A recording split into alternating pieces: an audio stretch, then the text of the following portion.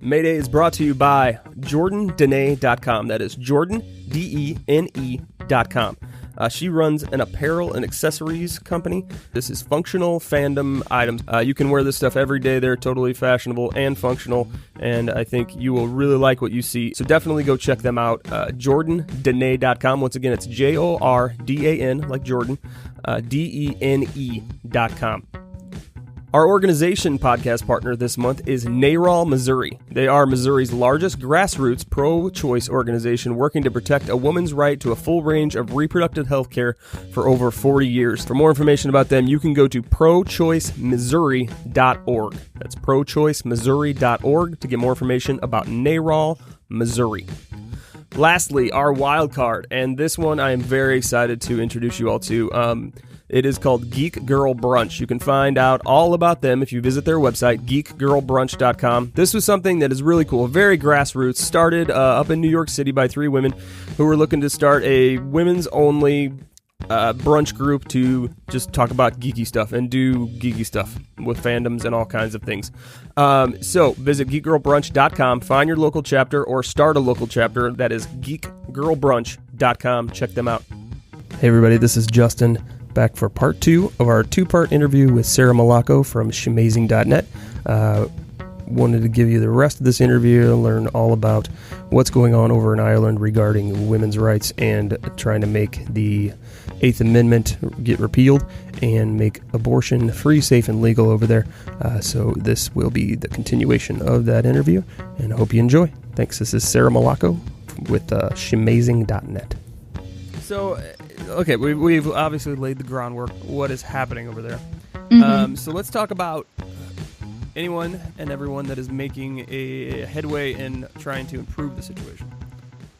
Absolutely. So we just had our March for Choice on Sunday, and it was such a huge success. It was a wonderfully positive experience to march through the streets of Dublin.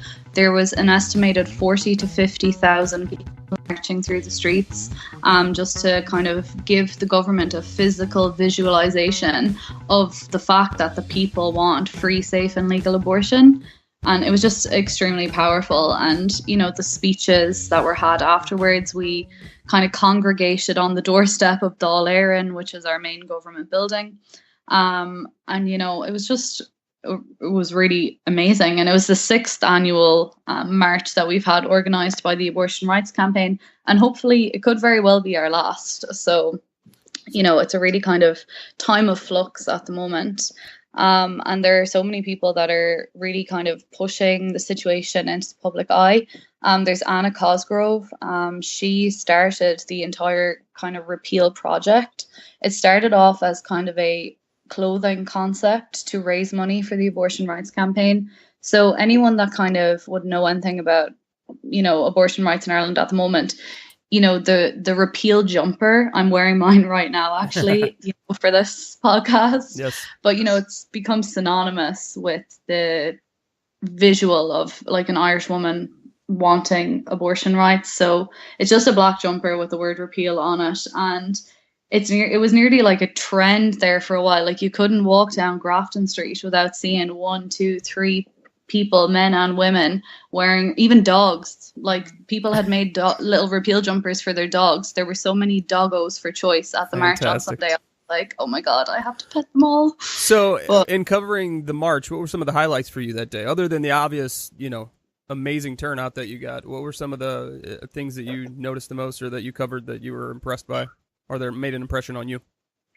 Something that really kind of stuck with me was usually when a march like this is happening, the anti-choice side will come out in force to really try to nearly frighten people off the track. You know, they kind of come out with their big signs, you know, with fake images of botched abortions and things. And there was essentially no kind of, I can't think of the word now off the top of my head. Counter protest? That's a big one over here now. Yeah, like they had no presence. It was kind of, that really stuck with me. From my side, from what I'm hearing from you, it seems to be that the pro-choice side is definitely making a lot of headway and that the pro-lifers seem to be, sitting back more than less. Well, we definitely make more noise, but that isn't always necessarily a good thing. Like, as much as it's wonderful to get the visibility out there, you'd kind of nearly be wondering, like, why have they been so quiet on the issue? But then again, as a journalist, I've reached out to various pro-life organizations, like the Life Institute would be a big one here in Ireland. I've contacted them multiple times for their input and their opinion on particular issues. I mean, obviously, I would like to have a balance in my articles, so I would reach out to them. But they would never get back to me, and I'd be ringing them, and I'd be like, "Oh my God, why are they not answering?" And then, so I went one day to their Twitter to see if I could find like another point of contact, and I was scrolling away through all their tweets, kind of, laughing to myself a little bit because I personally, have just no time for their propaganda essentially. Right. And suddenly, shock of my life, a picture of myself on their Twitter, and I was like, it was a picture of myself taken from my personal social media of me wearing a repeal jumper, and the tweet was, I had been getting a lot of abusive messages on Twitter, and I hadn't really known why, but as a woman on the internet who talks about feminism, you get a lot of crap from people anyway. Sure. So I just thought I was having a bad week. But then I saw that the Life Institute had published a picture of me on their Twitter page saying, "Oh, we got a media request from this journalist. I think she's a bit biased," because I was wearing a repeal jumper. And my mailbox had been flooded with like all these ridiculous, abusive messages. And it was obviously all stemming from this post. But I was like, do you know what? Don't give out. They say that the Irish media is obsessed with the pro-choice narrative, but like, don't be giving out that you're not getting any airtime when you won't give a journalist a call back. Sure. The other question I had, and I know, I'm pretty sure this is a phenomenon everywhere, I think, in the United States, especially, religion still plays an obvious part with the conservative movement. But overall, as a population, when they take polls, people are less and less tying themselves to organized religion or any kind of, fundamental Christianity, per se, or any other religion. In Ireland, is it still, with the history of the Catholic Church there, with the current population coming up and the new generations, is it still so tied to Catholicism, or is that kind of waning like it is across the globe? Well, on paper, it would still be an exceptionally high level of Catholic people here in this country because our education system is kind of tied to the Catholic Church in that through school, through your primary school education, you make your communion, your confirmation, etc. So all that is tied, the school system, education system is tied into the church officially, or just kind of that's how it's always been? Well, there would be non-denominational schools, but they would not be the norm. So, if you were to take like a census of the country, like majority of people are going to put down Catholic because they've made their confirmation. So they're sworn into the Catholic Church at the age of 12. They don't really, they haven't left it because that's probably effort. I don't know if it is. But for me, myself, I wouldn't really see such an attachment to religion among my peers. I mean, I'm 23, so I'm quite young. Maybe people are in the kind of space where they're questioning their religion. Sure. But I do know people in my peer circle that are people of faith and, they do believe. And like, that's fair enough as well. I mean, I think in this generation, no one really cares what you believe and what you don't believe. Right. And, those ties of what I would feel would be oppression from the Catholic Church on women in my generation, I don't really think are there. It's more coming from the older generations. Sure. And I think you're right. There's not necessarily the problem with being Catholic or claiming yourself to be Catholic, because obviously with the deep ties, your family is Catholic, and so you've been that for generation. So it's maybe identifying with that more as the lifestyle, or I am Catholic because my family is Catholic.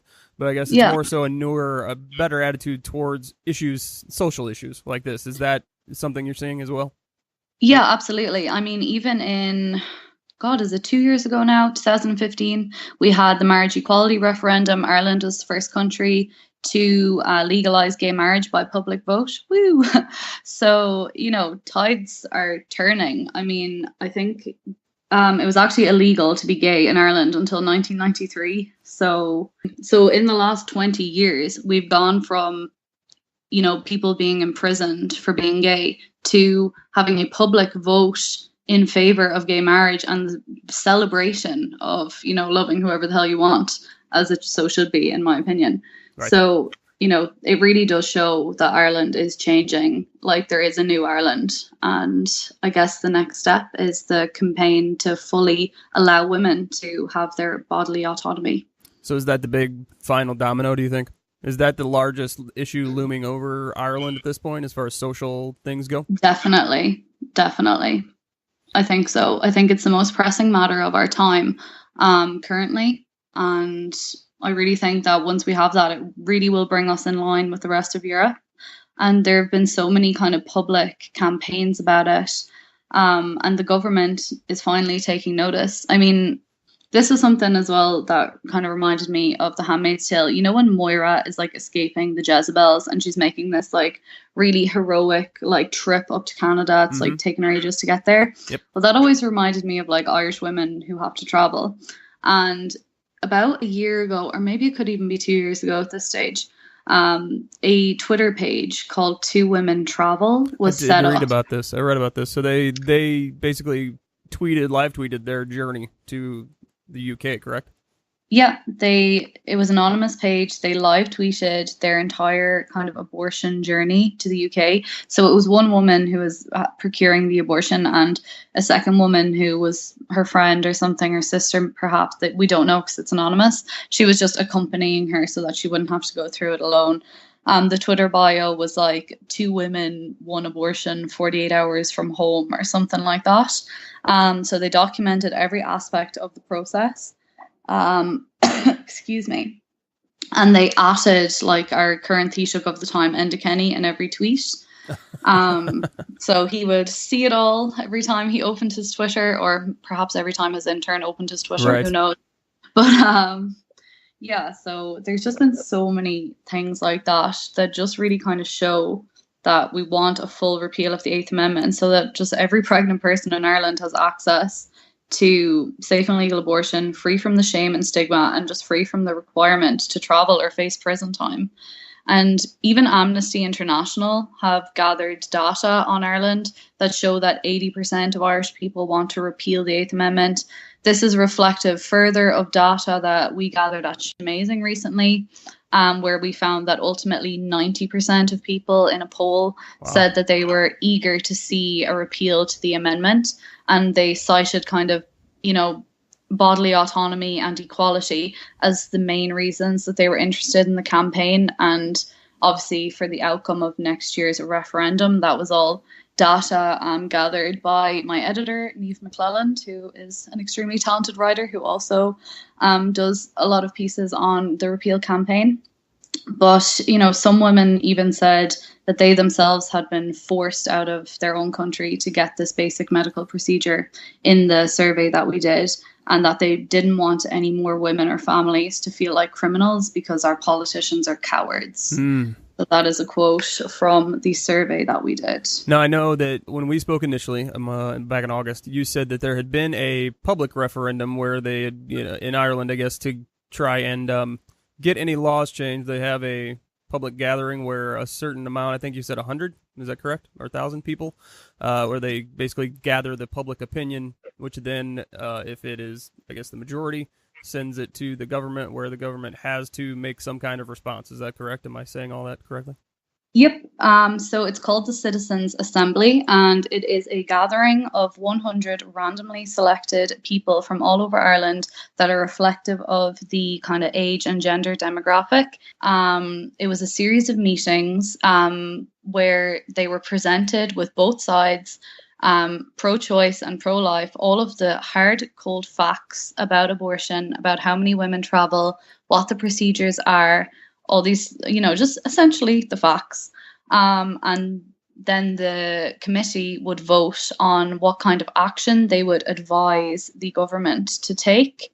And 87% of them voted that the 8th Amendment should not be retained in full. So Right. I know one of the things I did read is that there's kind of a split between people that think it should be a full repeal and people that would be happy just with tweaking the amendment itself. And so, talk to me a little bit Yeah. about that, because that was kind of a newer development that I'd seen. What's the public opinion on that, if you will?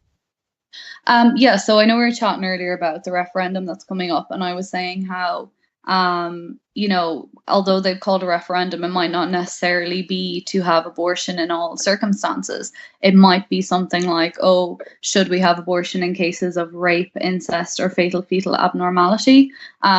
Like, even if you're raped in Ireland, you cannot get an abortion. And fun fact, the average prison sentence for rape in Ireland is about 10 years. So if you get an abortion as a result of your rape, you're going to probably face more prison time than your rapist potentially could. There is a kind of divide in opinion as to what point women should be allowed to have an abortion.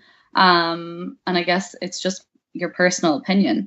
So if you think that it should be allowed in any circumstance, be that, just a personal choice, financially, you cannot take care of another child, mentally, you don't think that you could handle parenthood, etc., or if it should just be in those specific cases. And there's also a huge division in whether or not people think that you should be allowed to have an abortion up to 22 weeks or just up to 12 weeks. There is a debate whether it's at some point between 20 and 24 weeks where the fetus can live independently outside the womb, and that should be the cutoff point for when you can get an abortion.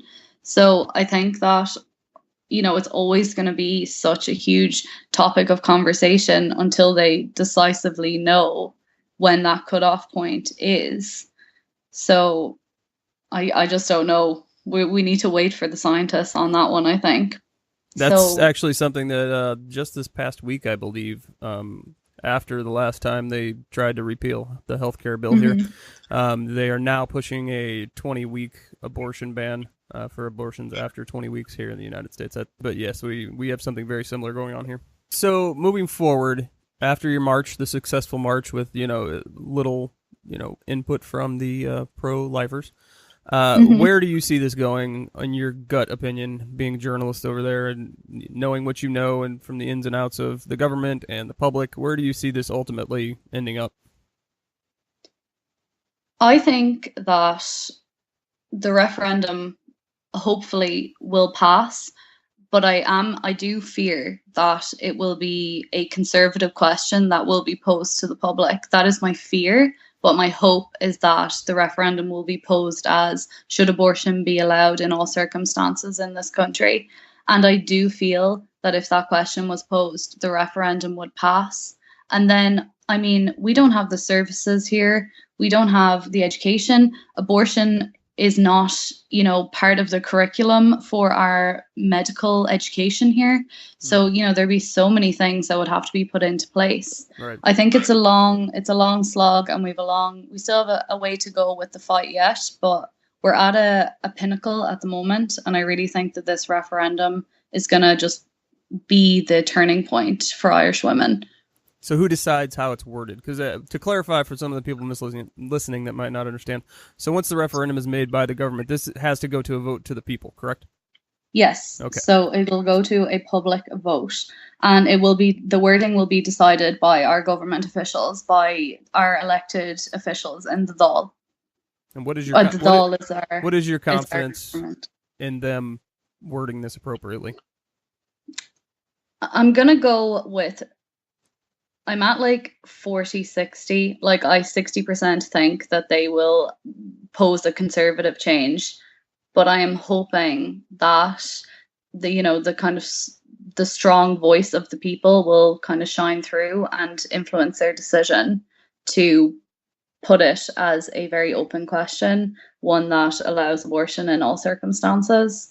And I think that will come down to a lot as well, how much more we keep pushing this campaign, keep pushing to get the word out there, how many people want this, how we want it done. And I just think, the fight isn't over. We have to keep going with it. Yeah, I think that's probably going to be the most challenging part now is, if you have something where you have a 50,000 person turnout, people are going to think, oh, wow, that was a great success, and maybe get a little complacent. So I think the challenge now is to keep this moving forward and not let people get complacent on the issue, just to keep the pressure on the government.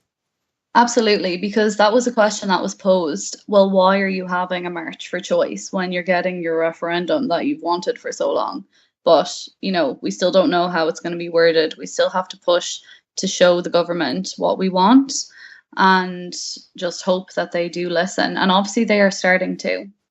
Yeah, so and the groundswell seems like it's in your favor, but obviously the roots and the history runs deep and is not necessarily in your favor. But it seems like progress is in some level around the corner for you all. So we obviously wish you the best. You know what side that we are on for this issue, clearly.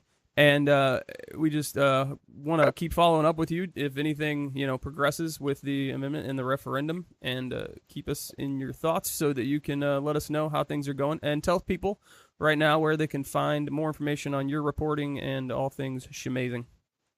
Well, they can find me at shamazing.net or at Sarah Magliocco on Twitter. We do extensive coverage of abortion rights issues on Shamazing and on the Repeal the Eighth campaign.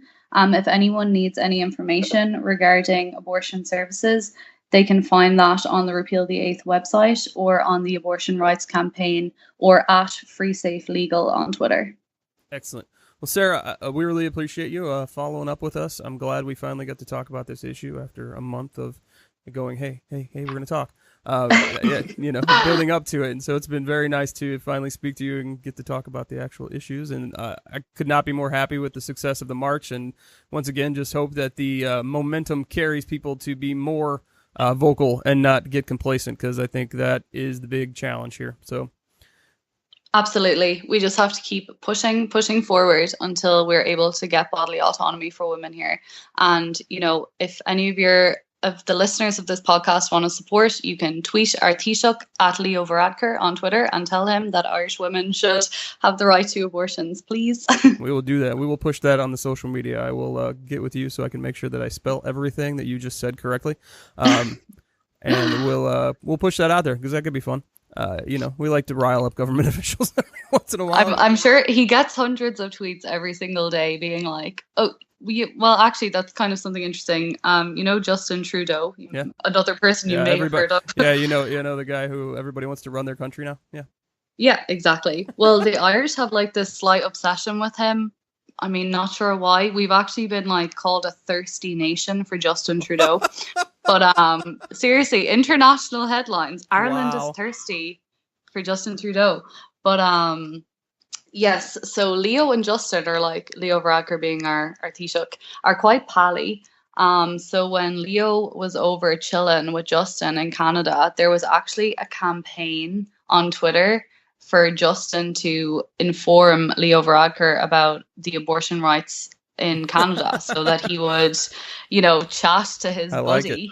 That's awesome. There's actually there's really cute bromance pictures of them running through Phoenix Park in Dublin and stuff. Everyone was mad for Justin when he was here. We were a bit thirsty, I'm not gonna lie. Well, everybody is. I mean, as Margaret Atwood said a month or so ago when we saw her, Canada is having its moment right now as the kind of the new country in the spotlight for all things human rights. It is the golden age for Canada, I must say. Absolutely. So, all right, Sarah, thank you for touching base with us. We will definitely keep in touch with you and keep getting updated on this issue. And again, we hope that things keep progressing and that it all goes well for this repeal the Eighth Amendment situation. Oh, no. Thank you so much for having me on, Justin. I was so excited to kind of share this information with you guys. We are absolutely happy to put it out there. It's a very important issue for everyone, I think, because it just doesn't affect you guys. Obviously, your laws there affect you, but this issue is you're not alone. So I think getting any information out, regardless of where it's taking place, is very important. So that is why we're here, and I'm glad you were able to help us do that. So until next time, this is Justin. That was Sarah Magliocco with shamazing.net, and we will talk to you next time. This was the Handmaid's Tale podcast, Mayday. Thanks for joining us, everyone. Please head over to allconsumingcontent.com for more great podcasts you can check out. Back to the Money Bin, a DuckTales podcast, Player vs. Player podcast, and Blues Hockey podcast. You can also check out our radio station at Handmaid's Resistance Radio. That is on Slacker Radio or for free on the Slacker app.